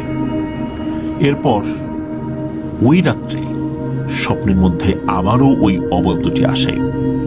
এই অবয়ব দুটি এসে এবারও রমিজ নানাকে এই একই কথা বলে, রমিজ দিয়ে দে তোর নৌকায় যেটা আছে। তো রমিজ নানা বলে নাই, আমার নৌকায় কিছু নাই, কি দেব। তখনই তার উপর নির্যাতন শুরু হয়ে যায়। গত রাত্রের মতো এবারও ওনার ঘুম ভেঙে যায়, যেহেতু ওই রাত্রে উনি আর নৌকা বাইতে যান নাই, ঘরে ছিলেন। বেশ অনেক রাতে ঘুম ভেঙে যায়। ঘুম ভেঙে দেখেন ওনার সমস্ত শরীরে আঘাতের চিহ্ন। ওই রাত্রেই উনি ওনার নৌকার কাছে চলে যান যে কি আছে নৌকায়, দেখি খুঁজে দেখি। চিন্তা করছেন হয়তো কেউ তাবিজ টাবিজ রেখে দিছে কিনা, বা জাদুর কোনো উপকরণ রেখে দিছে কিনা, এই চিন্তা করে উনি নৌকার কাছে গিয়েছেন। নৌকা তন্ন তন্ন করে খুঁজেও কোনো আলামত উনি খুঁজে পান নাই। উনি উনি বুঝতে পারছেন আসলে ব্যাপারটা কি হচ্ছে, কোনোভাবেই বুঝতে পারছেন না। পরের রাতের বেলা উনি ঘুমিয়েছেন, ঘুমানোর পর উনি দেখতে পাচ্ছেন যে ওই অবয়ব দুটি এসেছে আবারও। আসার পর বলছে, রমিজ দিয়ে দে, যা আছে দে, তুই কিন্তু বাঁচবি না, মেরে ফেলবো তোকে। এই বলে আবার তার উপর নির্যাতন শুরু হয়। তবে এবার মনে হলো হঠাৎ করে ওরা ভয় পেল, ভয় পেয়ে বাইরে চলে গেল। এরপর একজন আলখেল্লা পরা খুব সুন্দর চেহারার লোক ঢুকলো ভিতরে, এবং সাথে 4-5 বছর বয়সী একটা বাচ্চা। ওই অবয়বটি রমিজকে বলে, রমিজ, তোমার আর কোনো ভয় নেই, আসলে আমাদের কারণেই তুমি বিপদে পড়েছ। আমি তোমাকে বলছি খুলে আসলে সমস্যাটা কি। এই যে আমার ছোট বাচ্চাটাকে দেখতে পাচ্ছ, এ আমার ছেলে। আমি যেই গোত্রের সর্দার, সেই গোত্র থেকে মাঝে মাঝেই এই গোত্রের জিনদের উপরে আমরা বিভিন্ন ধরনের অভিযান পরিচালনা করি। এরা খুবই দুষ্টু প্রকৃতির জিন, মানুষদেরকে কষ্ট দেয়, জিনদেরকেও কষ্ট দেয়। তবে এরা অতটা শক্তিশালী না, এরা নাসনাস প্রজাতির জিন। মূলত এদের গোত্রের অনেককেই বন্দী করে রাখা হয়েছে, এদেরকে হত্যাও করেছি কাউকে কাউকে। ওরা সুযোগ খুঁজেছে বহুবার আমাদের ক্ষতি করার। আমার এই ছেলেটা ওই রাত্রে ঘুরে বেড়াচ্ছিল, হঠাৎ করে এই দুইটা অবয়বকে দেখে আমার বাচ্চাটা বিড়ালের রূপ ধরে তোমার নৌকার পাটাতনের নিচে আশ্রয় নিয়েছিল, তুমি টের পাও নাই। আর এই প্রজাতির জিনেদের একটা সীমাবদ্ধতা আছে, সেটা হচ্ছে যে কারো আশ্রয়ে যদি কোনো জিন থাকে, যতক্ষণ পর্যন্ত না মালিক নিজে থেকে হস্তান্তর করবে তাকে, ততক্ষণ পর্যন্ত ওরা নিজে থেকে তাকে আঘাত করতে পারে না, নিতেও পারে না। এই জন্যই মূলত তোমাকে বারবার বলছিল তোর নৌকা যেটা আছে দিয়ে দে। তুমি যদি শুধু একবার বলতা যে ঠিক আছে যা আছে নিয়ে যাও, তাহলেই কিন্তু ওরা নিয়ে নিত, কিন্তু তুমি সেটা বলো নাই। তুমি বারবার বলছো আমার নৌকায় কিছু নাই, এগুলো বলেছো। শুধু একবার বললেই আর উপায় থাকতো না। এদিকে আমি আমার সন্তানকে খুঁজছি, আমার গোত্রের লোকেরা আমার সন্তানকে খুঁজে বেড়াচ্ছে। খোঁজ নেয়ার কয়েকদিনের মাথায় জানতে পারলাম যে আমার সন্তান তোমার নৌকায় আশ্রয় নিয়েছে। পরে তাকে উদ্ধার করি, উদ্ধার করার পর শুনতে পাই যে এই টানা কয়েকদিন তোমার উপর ওরা নির্যাতন করেছে। আর আমি আমার সন্তানকে নিয়ে যখন এদিকে আসি, তখনও ওরা এখানেই ছিল। এই যে দেখো ওই দুইটার কি অবস্থা। তখন রমিজ নানা স্বপ্নের মধ্যেই উনি ঘরের বাইরে বের হয়ে দেখেন ওই দুইটা অবয়বকে উঁচু করে ধরে রেখেছে আরো লম্বা দেহি বেশ কিছু অবয়ব, এবং কয়েকটা অবয়ব ওই দুইটা অবয়বকে বেশ মারধর করছে, আর ওই দুইটা অবয়ব চিৎকার চেঁচামেচি করছে। তখন ওই যে আলকেল্লা পরা ওই অবয়বটা এই রমিজ নানাকে বলেন যে তোমার আর কোনো ভয় নাই, ওরা তোমার আর কোনো ক্ষতি করবে না, আমি আমার সন্তানকে নিয়ে যাচ্ছি। যেহেতু তোমার কারণে আল্লাহর রহমতে আমার সন্তান প্রাণে বেঁচেছে, তুমি কি চাও বলো। আমাদের একটা দায়িত্ব হলো তোমাকে ওরা যে ক্ষতি করেছে শারীরিকভাবে আঘাত করে, আমরা আমাদের জায়গা থেকে যতটুকু পারি আমরা চিকিৎসা করব। আর তুমি কিছু চাও আমাদের কাছে? রমিজ নানা বলেন না, উপকার যেহেতু বুঝে হোক না বুঝে হোক করে ফেলছি, আল্লাহ আমাকে দিয়ে করিয়েছেন, আমি কোনো বিনিময় চাই না, আল্লাহর কাছ থেকে বিনিময় নেব। এই কথা শোনার পর ওই জিন সর্দার খুব খুশি হন। উনি তাৎক্ষণিকভাবে 100 স্বর্ণের মুদ্রা রমিজ নানাকে দিতে চেয়েছিলেন এবং সামনেও ধরেছিলেন, কিন্তু রমিজ নানা সেটাও নিতে অস্বীকৃতি জানান। শুধু বলেছিলেন আমার জন্য দোয়া করবেন, এতটুকুই হবে। একথা শোনার পর ওই জিন সর্দার অনেক খুশি হয়েছিলেন এবং বলেছিলেন যে ঠিক আছে, মাঝে মাঝে আমার ছেলে বা আমি বা আমার গোত্রের কেউ তোমার সাথে দেখা করব। এরপর রমিজ নানাকে ওই জিনেরা বেশ কিছু চিকিৎসা করেছিলেন। কিভাবে করেছিলেন এটা আসলে ওইভাবে জানা যায় না, তবে চিকিৎসা করলেও রমিজ নানার পায়ে ক্রমাগত যে আঘাতগুলো করা হয়েছিল এটা পরিপূর্ণভাবে আসলে ভালো হয় নাই। রমিজ নানা সুস্থ হয়ে গিয়েছিলেন, ঠিক আছে, উনি হাঁটার সময় একটু টেনে টেনে হাঁটতেন।